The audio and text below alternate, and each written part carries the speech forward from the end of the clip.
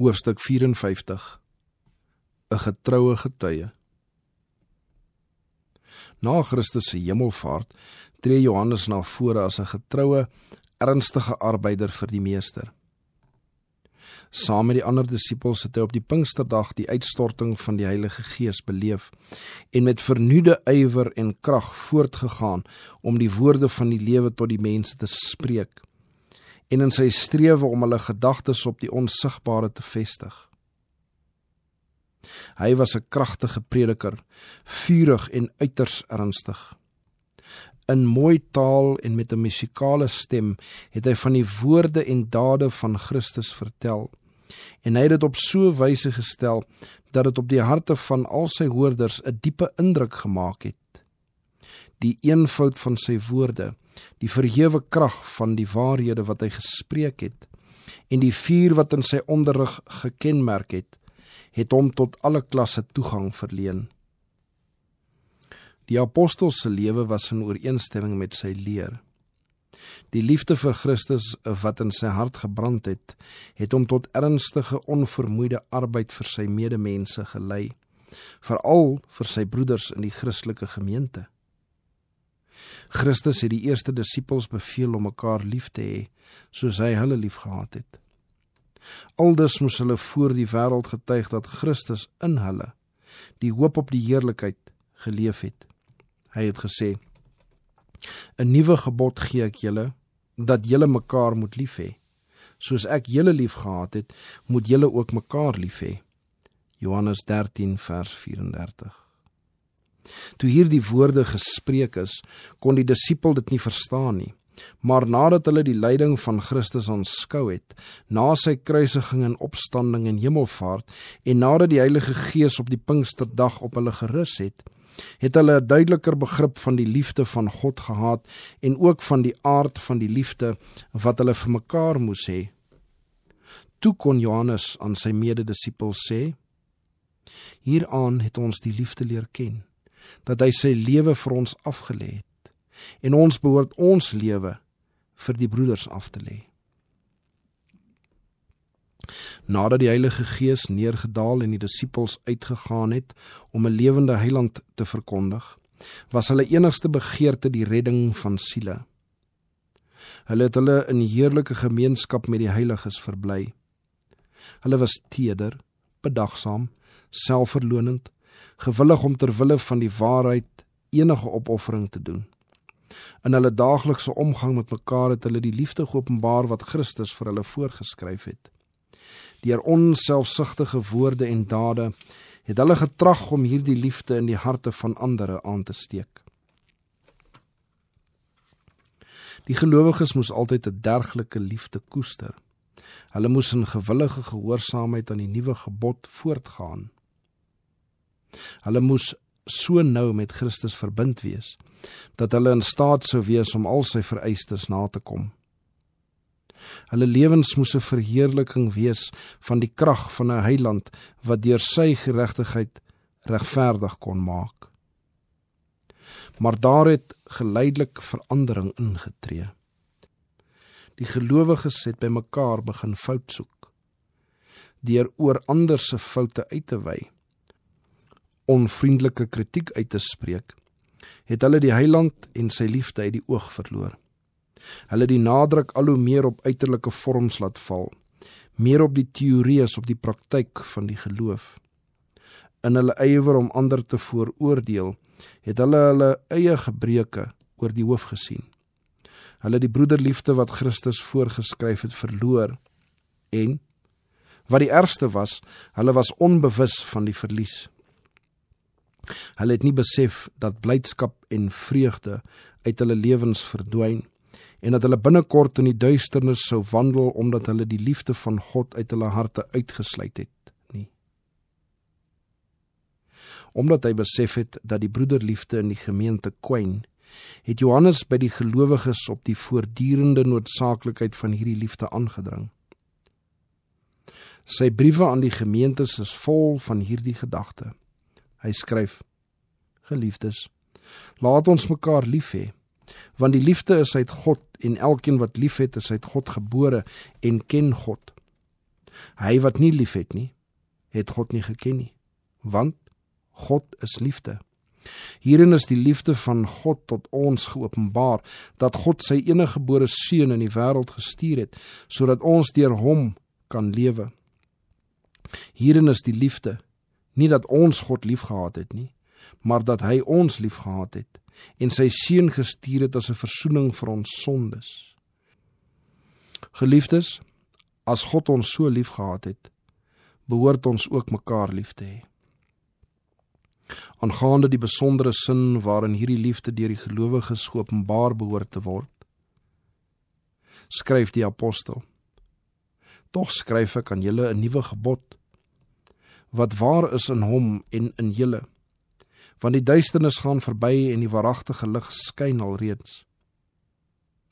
Hy wat sê dat hy in die lig is en sy broeder haat, is in die duisternis tot nou toe. Wie sy broeder liefhet, bly in die lig, en in hom is geen oorsaak van struikeling nie. Maar hy wat sy broeder haat, is in die duisternis, en wandel in die duisternis, en weet nie waarheen hy gaan nie, omdat die duisternis sy oë verblind het. Want dit is die boodskap wat julle van die begin af gehoor het, dat ons mekaar moet lief hê. Hy wat sy broeder nie lief het nie, bly in die dood. Elkeen wat sy broeder haat, is 'n moordenaar, en julle weet dat geen moordenaar die ewige lewe as iets blywends in hom het nie.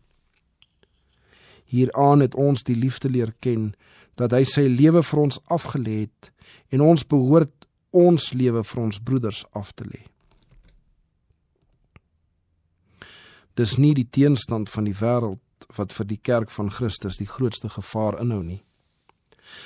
Dit is die kwaad wat gelowiges in hulle harte koester, wat die grootste ramp veroorsaak en die vooruitgang van die saak van God die meeste vertraag. Daar is geen beter middel om die geestelike lewe te verswak as om afguns, agterdog, aanmerkings en kwade verdenkinge te koester nie. Daarenteen is die sterkste bewys dat God sy seun na die wêreld gestuur het, die teenwoordigheid van harmonie en eenheid tussen mense van verskillende geaardhede waaruit die kerk bestaan. Dit is die voorreg van die volgelinge van Christus om hierdie getuienis te lewer. Maar om dit reg te kry, moet hulle onder die bevel van Christus plaas. Hulle karakter moet volgens sy karakter gevorm word en hulle wil volgens sy wil. Christus het gesê: 'n nuwe gebod gee ek julle, dat julle mekaar moet lief hê. Soos ek julle lief gehad het, moet julle ook mekaar lief hê. Johannes 13 vers 34. Wat 'n mooi verklaring. Maar ag, hoe swak word dit uitgevoer. Daar is tans 'n groot gebrek aan broederliefde in die kerk. Talle wat voorgee dat hulle die Heiland liefhet, het mekaar nie lief nie. Ongelowiges hou ons dop om te sien of die geloof van belydende Christene heiligende invloed op hulle lewens uitoefen, en hulle ontdek heel spoedig die swakhede in die karakters en die inkonsekwenthede in die dade. Christene moet dit nie vir die vyand moontlik maak om met die vinger na hulle te wys en te sê: kyk hoe haat hierdie mense wat onder die banier van Christus staan mekaar nie. Christene is almal lede van dieselfde gesin, almal kinders van dieselfde hemelse Vader en almal het dieselfde salige hoop op die onsterflikheid. Die band wat hulle saambind behoort baie heg en teder te wees. Die goddelike liefde doen sy roerendste beroepe op die hart wanneer dit op ons 'n beroep doen om dieselfde teder deernis as Christus aan die dag te lê. Alleen die mens wat vir sy broeder onselfsugtige liefde het ware liefde vir God. Die ware kinders sal nie toelaat dat die siel wat in gevaar en behoeftig is, ongewaarsku en onversorg bly nie. Hy sal nie afsydig staan teenoor die dwalendes en hulle verder in die ongeluk en mismoedigheid laat versink of op die Satan se slagveld laat sneuwel nie. Diegene wat geen ondervinding het van die tedere, winnende liefde van Christus nie, kan ander nie na die fontein van die lewe lei nie. Sy liefde in die hart is 'n dringende mag wat mense daartoe bring om hom te openbaar in hulle gesprekke, in hulle tedere, jammerhartige gees, in die opheffing van die lewens van diegene met wie hulle omgaan. Christenwerkers wie se werk met welslae bekroon word, moet Christus ken, en om hom te ken, moet hulle sy liefde ken. In die hemel word hulle geskiktheid gemeet aan hulle begaafdheid om lief te hê soos Christus liefgehad het, en om te werk soos hy gewerk het. Die apostel skryf: Laat ons nie lief hê met woorde of met die tong nie, maar met die daad en in waarheid. Die volmaaktheid van die Christelike karakter word bereik wanneer die drang om ander tot hulp en seën te wees voortdurend van binne ontstaan.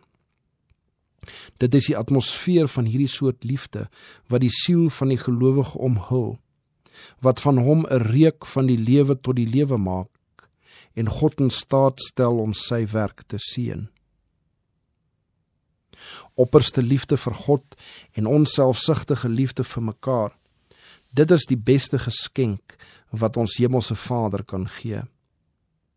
Hierdie liefde is nie 'n aandrif nie, maar 'n goddelike beginsel, 'n blywende mag. Die ontoegewyde hart kan dit nie laat ontstaan of voortbring nie. Dit kom alleen voor in die hart waar Jesus regeer. Ons het hom lief, omdat hy ons eerste lief gehad het. In die hart wat deur goddelike genade vernuë is die liefde die oorheersende lewensbeginsel. Dit verander die karakter, beheers die drifte, hou die hartstogte in bedwang en veredel die geneenthede. Wanneer hierdie liefde in die siel gekoester word, veraangenaam dit die lewe en strooi dit 'n verfynende invloed orals rond. Johannes het getrag om die gelowiges te help om te verstaan watter verhewe voorregte hulle deur die beoefening van die gees van liefde te beurt sou val. As hierdie verlossende mag die siel vervul, sou dit elke ander beweegrede beheers en sy besitter bo die verderflike invloede van die wêreld verhef. En na mate aan hierdie liefde algehele vryheid verleen word en die beweegkrag in die lewe word, sou hulle geloof en vertroue in God volkome word. Dan sou hulle met die volle vertroue van geloof na hom toe kom, in die wete dat hulle van hom alles sou ontvang, wat vir hulle huidige en toekomstige welsyn nodig is. Hierin het die liefde by ons volmaak geword, het hy geskryf, dat ons vrymoedigheid kan hê in die oordeelsdag, want soos hy is ons ook in hierdie wêreld. Daar is geen vrees in die liefde nie. En dit is die vrymoedigheid wat ons teenoor hom het, dat hy ons verhoor as ons iets vra volgens sy wil. En as ons weet dat hy ons verhoor, dan weet ons dat ons die bedes verkry wat ons van hom gevra het. En as iemand gesondig het, ons het 'n voorspraak by die Vader, Jesus Christus, die regverdige. En hy is 'n versoening vir ons sondes, en nie alleen vir ons nie, maar ook vir die van die hele wêreld. As ons sondes bely, hy is getrou en regverdig om ons die sondes te vergewe en ons van alle ongeregtigheid te reinig. Die voorwaardes om genade van God te verkry is eenvoudig en redelik. Die Here vereis nie dat ons die een of ander pynlike ding moet doen om vergifnis te verkry nie. Dis nie nodig om lang en vermoeiende pelgrimstogte te onderneem of om pynlike boetedoening te verrig om ons siele by die God van die hemel aan te beveel of om vir ons oortreding te boet nie. Hy wat sy oortreding bely en laat staan, sal barmhartigheid vind. Spreuke 28 vers 13. In die howe daarbo pleit Christus vir sy kerk. Hy pleit vir hulle vir wie hy die losprys betaal het, naamlik sy bloed. Lange eeue kan die doeltreffendheid van seisoenoffer nie verminder nie. Nog die lewe, nog die dood, Hoogte, nog diepte, kan ons van die liefde van God skei wat daar in Christus Jesus is nie. Nie omdat ons so styf van hom vastleef nie, maar omdat hy so styf van ons vastleef. As ons verlossing van ons eie pogings afgehang het, kon ons nie gered word nie, maar dit hang van die een af, wat al die beloftes waarborg.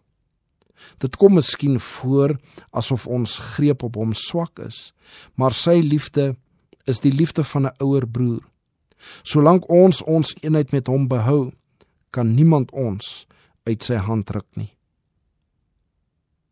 Naarmate die jare verstryk en die aantal gelowiges meer geword het Johannes met al meer trou en erns vir sy broeders gewerk. Dit was gevaarlike tye vir die kerk. Oral het sataniese verleidings bestaan.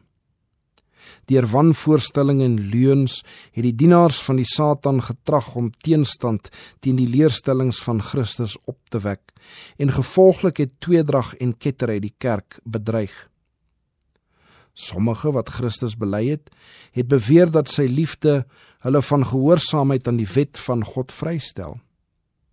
Daarenteen het talle ander geleer dat dit nodig was om die Joodse gewoontes en seremonies na te kom, dat blote nakoming van die wet sonder geloof in die bloed van Christus voldoende was vir verlossing. Sommige het beweer dat Christus 'n goeie mens was, maar hulle het sy godheid geloon. Sommige wat beweer het dat hulle getrou was aan die saak van God, was bedrieërs, en hulle het Christus en sy evangelie in die praktyk verloon. Hulle het kettery in die kerk ingebring, terwyl hulle self in sonde geleef het. Aldus is talle in die doolhowe van ongeloof en verwarring verstrik. Johannes was bedroef toe hy hierdie giftige dwalinge die kerk sien insluip. Hy het die gevare gesien waaraan die kerk blootgestel was, en hy het die noodtoestand spoedig en beslis die hoof gebied. Die sendbriewe van Johannes adem die gees van liefde. Dis asof hy met 'n pen geskryf het wat in liefde gedoop was. Maar wanneer hy in aanraking gekom het met diegene wat die wet van God oortree het en nog voorgegee dat hulle sondeloos lewe, het hy nie geaarsel om hulle teen die verskriklike misleiding te waarsku nie. Aan 'n helpster in die evangeliewerk, 'n vrou met 'n goeie reputasie en 'n groot invloed, het hy geskryf: Baie verleiers het in die wêreld ingekom, die wat nie bely dat Jesus Christus in die vlees gekom het nie. Dit is die verleier en die anti-kris. Wees op julle hoede, dat ons nie verloor wat ons deur arbeid verkry het nie, maar 'n volle loon ontvang. Elkeen wat 'n oortreder is en nie bly in die leer van Christus nie, hy het God nie. Wie in die leer van Christus bly, hy het die Vader sowel as die Seun. As iemand na julle kom en hierdie leer nie bring nie, ontvang hom nie in die huise en groet hom nie, want die een wat hom groet, het gemeenskap aan sy bose werke. Ons word gemagtig om dieselfde houding as die geliefde disipel in te neem teenoor diegene wat voorgee dat hulle in die liefde van Christus bly, terwyl hulle in stryd met die wet van God leef. Daar bestaan deesdae soortgelyke ewels as die wat die voorspoed van die eerste Christelike kerk bedreig het. En wat die apostel Johannes aangaande hierdie dinge geleer het, moet nou lettend gehoorsaam word. Mense hoor oral die geroep: julle moet liefde hê, veral van diegene wat voorgee dat hulle geheilig is. Maar ware liefde is te rein om 'n onbelyde sonde te bedek. Terwyl ons die siele moet lief hê vir wie Christus gesterf het, moet ons geen kompromis met die sonde sluit nie. Ons moet ons nie met die opstandiges verenig en dit liefde noem nie. God vereis dat sy volk in hierdie eeu van die wêreld net so onverskrokke kant kies vir die wat reg is, as wat Johannes in sy stryd teen sielverwoestende dwalinge gedoen het. Die apostel leer dat alhoewel ons Christelike hoflikheid moet betoon, ons gemagtig is om sonde en sondaars op onmiskenbare wyse te bestraf. Dit is nie teenstrydig met ware liefde nie. Hy skryf: elkeen wat die sonde doen, doen ook die wetteloosheid, want die sonde is wetteloosheid. En julle weet dat hy verskyn het om ons sondes weg te neem, en geen sonde is in hom nie. Elkeen wat in hom bly, sondig nie. Elkeen wat sondig, het hom nie gesien en hom nie geken nie. As getuie vir Christus het Johannes geen stryd, geen moeisame debat aangeknoop nie. Hy het verklaar dat hy geweet het wat hy gesien en gehoor het. Hy het intiem met Christus omgegaan, het na sy leer geluister en sy magtige wonderwerke gesien. Daar was min wat die skoonhede van Christus se karakter kon sien, soos Johannes dit gesien het nie. Vir hom het die duisternis verbygegaan en die ware lig het hom bestraal. Sy getuienis aangaande die heiland se lewe en dood was duidelik en kragtig. Uit die oorvloed van 'n hart wat oorgeloop het van die liefde vir die heiland, het hy gespreek en geen mag kon sy woorde keer nie. Wat van die begin af was, het hy verklaar.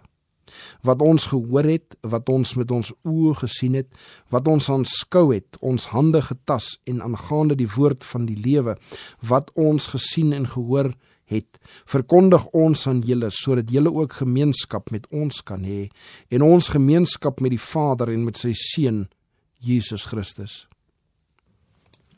So kan elke ware gelowige deur sy eie ondervinding in staat wees om sy siel daarop te sit, dat God waaragtig is. Johannes 3, vers 33. Hy kan getuig van wat hy aangaande die krag van Christus gesien